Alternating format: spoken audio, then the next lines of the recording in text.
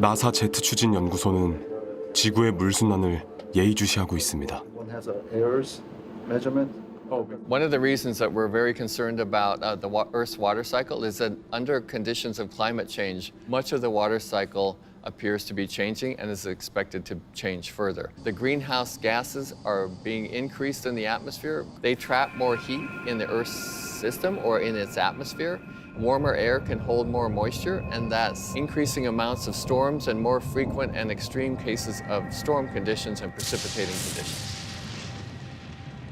Warming the atmosphere by 1 degree Celsius increases its water holding capacity by nearly 10%. You can essentially think of water vapor almost as the fuel for movement in the atmosphere. So what happens is that a warmer atmosphere ends up with extremes of heat, extremes of heavy precipitation, and sometimes extremes of low precipitation. 원리는 간단합니다. 지구 온도가 올라가면 더 많은 물이 증발되고 물은 우주 밖으로 빠져나갈 수 없습니다. 대기엔 점점 더 수증기가 쌓이고 결국 강력한 물폭탄으로 떨어지게 되죠. 이런 극단적인 물순환이 어떤 곳엔 가뭄을, 또 어떤 곳엔 홍수를 만듭니다. 인류의 완벽한 행성, 지구. 하지만 지구의 균형은 깨지고 있습니다. 그것도 아주 무서운 속도로 말이죠. 빙하가 녹는다는 건 단지 북극곰의 문제가 아닙니다. 빙하가 녹으면 그만큼 바다 면적이 늘어납니다. 하얀 얼음은 빛을 반사하지만 검은 바다는 더 많은 태양 에너지를 흡수해 지구 온도를 높이게 되죠. 결국 빙하는 더 많이 녹게 되고 극지방 온도도 따라서 더 상승하게 됩니다.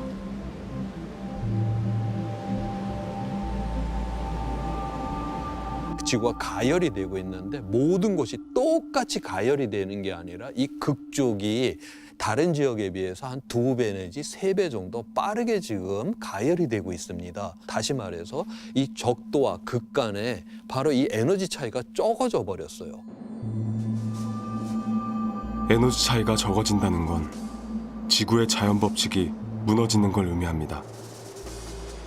지구는 극지방의 차가운 에너지와 적도의 뜨거운 에너지를 적절히 순환시키면서 안정적인 기후를 만들어 왔습니다. 그런데 양쪽의 온도차가 적어지면 지금까지의 법칙은 모두 깨집니다.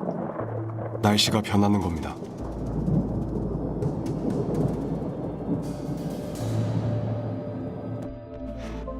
실제로 극과 적도의 온도차가 클 때는 중위도에서 기류가 활발히 움직이며 지구 에너지를 순환시킵니다. 하지만 온도차가 적어지면 기류는 순환할 필요를 느끼지 못한 채 느려지고 한 곳에 정체되죠. 예전에 비해서 이러한 고기압이 들어오게 되면 훨씬 더 고기압이 오랫동안 있게 되고 저기압이 들어오게 되면 저기압이 더욱더 오래 있게 되는 이러한 현상이 일어나게 되는 것이죠. 그렇게 되면 극단적인 날씨가 강화가 되는 것입니다. 지구상에서 가장 추운 눈과 얼음의 땅, 시베리아. 하지만 이 땅조차 변하고 있습니다.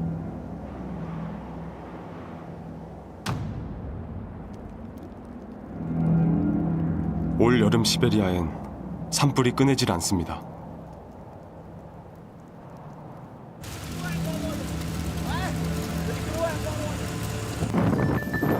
(38도까지) 치솟은 폭염이 화근이죠.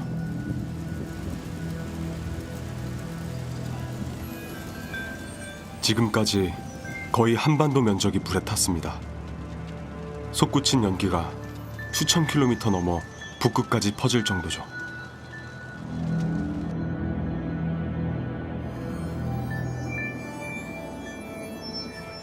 이상 징후는 곳곳에서 포착됩니다. 마치 폭격을 맞은 듯 아래로 꺼져버린 거대한 싱크홀. 대체 이곳엔 무슨 일이 벌어지고 있는 걸까요?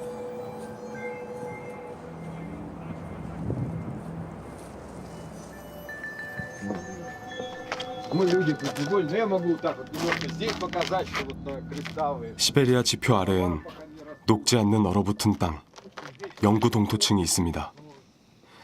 이 얼음 땅 안에 수천 년 전 식물이 남긴 나뭇잎과 뿌리 등 많은 유기물들이 들어있죠. Здесь в этих окошках видно, это вот то, что ленские речные отложения. Это вот река несла береговые вот эти вот наносы, палочки, мусор, которые вот как раз водой притаскиваются, они откладываются, пересыпаются песочком. То есть вот они такие формируются. 말하자면 영구동토층은 막대한 양의 유기물을 보존하는 냉동고와 같은 존재입니다.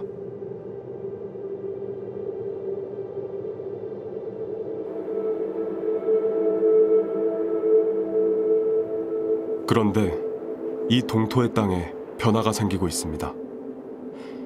올록볼록 기이하게 솟아오른 땅. 그 주변으론 물이 흘러나오고 있습니다. 땅 아래 얼음이 녹고 있는 겁니다.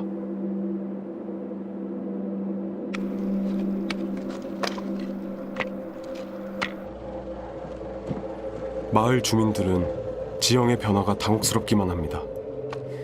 급한 대로 나무를 덮어 물을 막아보려 하지만 역부족이죠.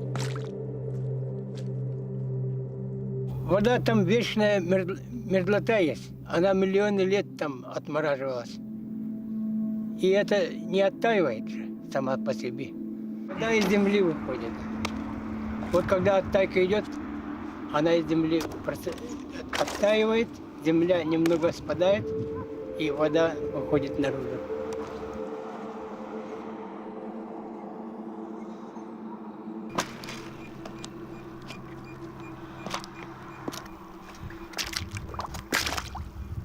땅이 녹으면서 주민들은 삶의 터전을 위협받고 있습니다.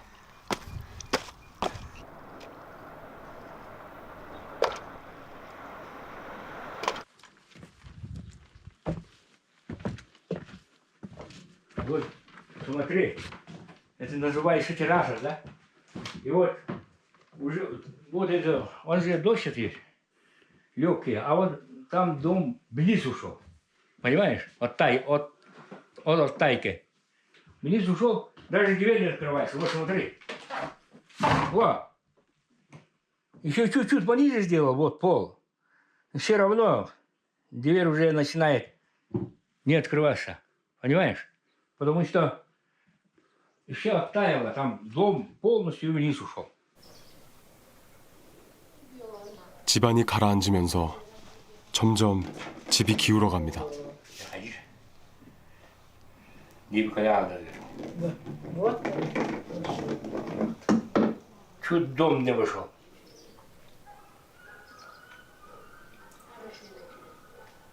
Пол, хоть дом ходит, да? Пол. Вообще дом.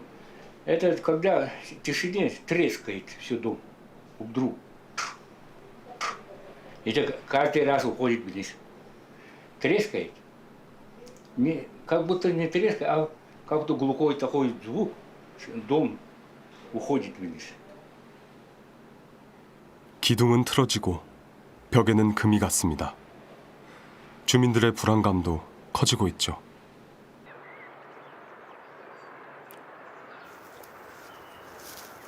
이 마을엔 집집마다 특별한 지하 창고가 있습니다. 일종의 냉장고 역할을 하는 천연 얼음 창고입니다.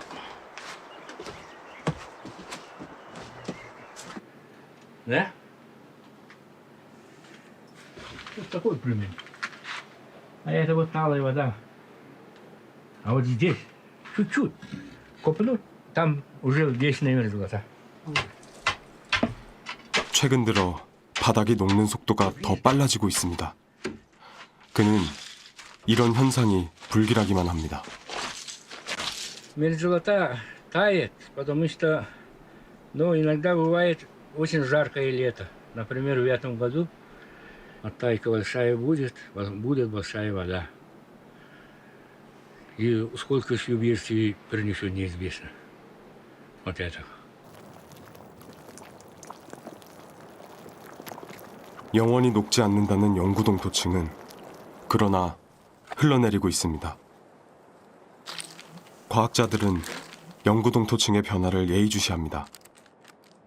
바로 이 동토층 아래 지구를 더 뜨겁게 만들 엄청난 양의 온실가스, 메탄이 묻혀있기 때문입니다.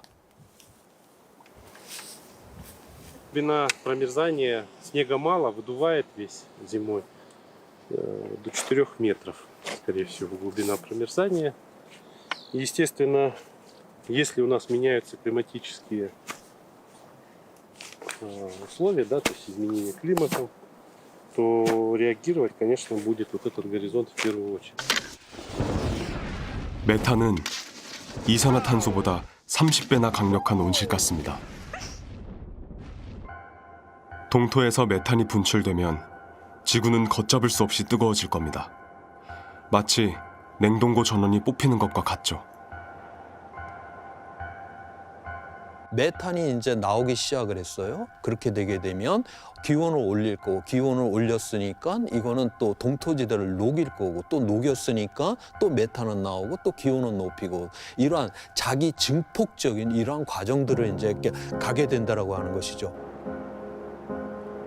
지구의 자연은 인간이 배출하는 탄소를 흡수해 왔습니다. 하지만 지구 온도가 계속 올라가면 지구의 광활한 숲과 대지, 그리고 바다는 오히려 탄소를 뿜어내는 원천이 됩니다. 이렇게 되면 기후는 돌이킬 수 없는 회복불능의 상태, 이른바 티핑 포인트에 이릅니다.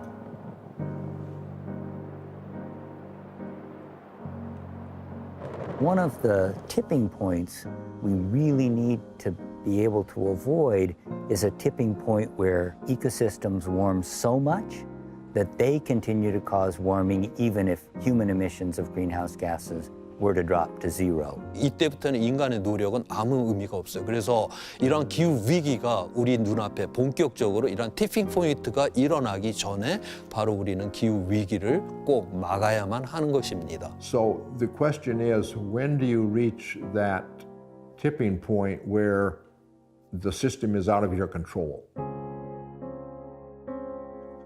과학자들은 인간이 버틸 수 있는 지구 온도 상승의 한계점을 1.5도로 봅니다. 그런데 그 한계점이 머지않았습니다. 최근 전 세계 과학자들의 연구를 총망라한 중요한 보고가 있었습니다.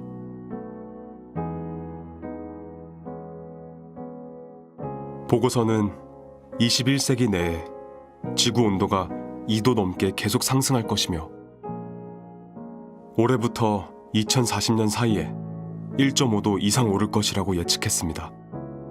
이는 과거보다 10년 앞당겨진 시간표입니다. So when we think about the 1.5 Celsius target, it's really kind of a compromise.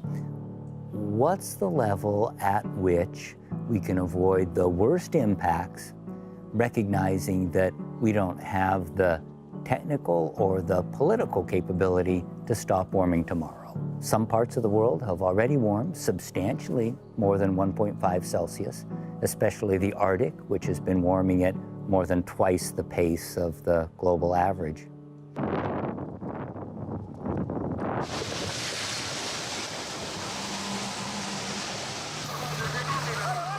지구는 이 순간에도 빠르게 뜨거워지고 있습니다. 이 속도를 막지 못한다면 인류는 더 자주, 더 크게 기후의 도전을 받게 될 겁니다. 돌이킬 수 없는 그날이 오기 전 우리는 무언가를 해야만 하죠. 다른 선택은 없습니다. 지구는 대체할 수 없는 인류의 유일한 집이니까요. We have seen the problem grow over the last few decades, and it's been frustrating to see that we have not taken the actions that are needed. We're now at a point where we are approaching the end game.